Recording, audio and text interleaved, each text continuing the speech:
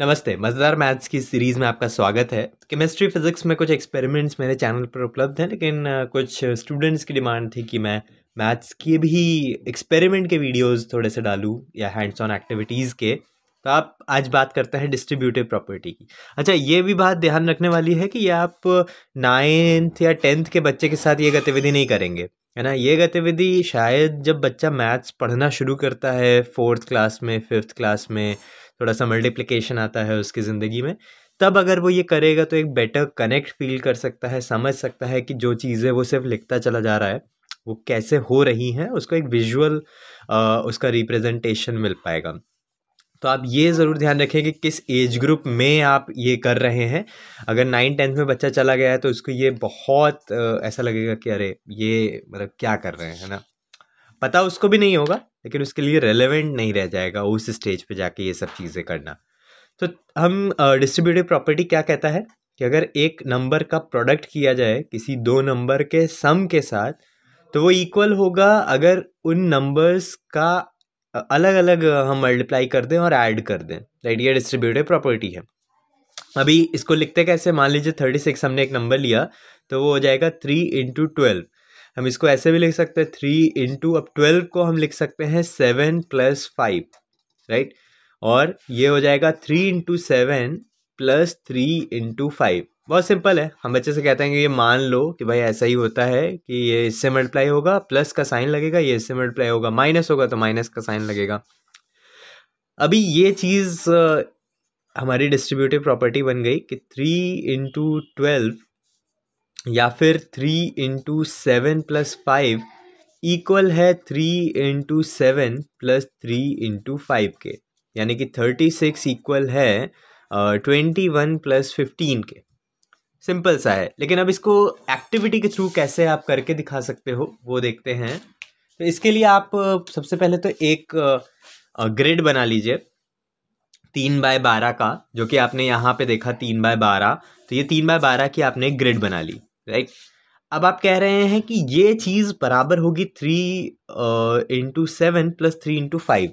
तो आप एक और ग्रिड बच्चे से बनवा लीजिए। एक ग्रिड है 3 × 7 की, मतलब 1 2 3, 1 2 3 4 5 6 7।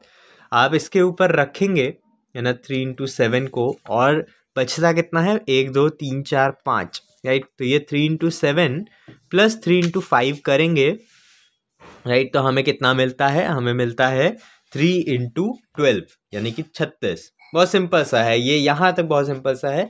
लेकिन अब इसमें आप थोड़ा सा चैलेंज कर सकते हैं कि हम इसको सिर्फ क्या इसी तरीके से लिख सकते हैं 3 × 7 + 3 × 5, या कोई और भी तरीके होते हैं इसको तोड़ने के।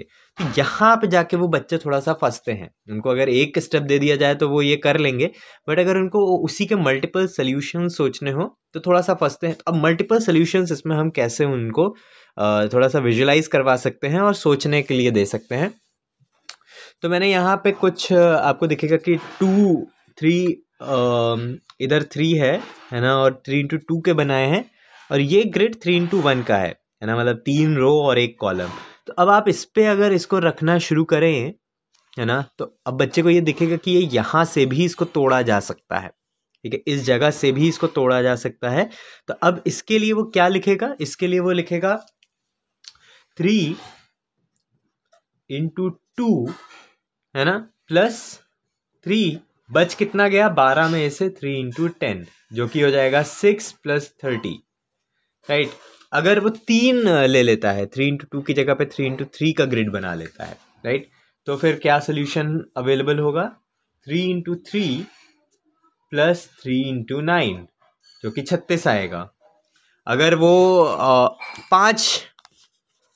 4 ले लेता है ना, तो अब उसका क्या सोल्यूशन है, 36 का वो कैसे डिवीजन कर रहा है, तो वो हो जाएगा 3 × 4, यानी कि इधर 3, इधर से देखें 1 2 3, और इधर 4, 1 2 3 4, बच कितने गए 8। तो +3 × 8, यानी कि ये भी इसका एक सोल्यूशन है, 4 + 8। इस तरीके से वो जोड़ता चला जाएगा। 3 × 5 हमने देखा, अभी 2 और अगर रख दें तो इजीली कह सकता है कि अच्छा इसको हम 12 को हम इस तरीके से भी तोड़ सकते हैं, है ना। तो 3 × 6 + 3 × 6, जो कि हो जाएगा 18 + 18, जो कि होता है 36। है ना।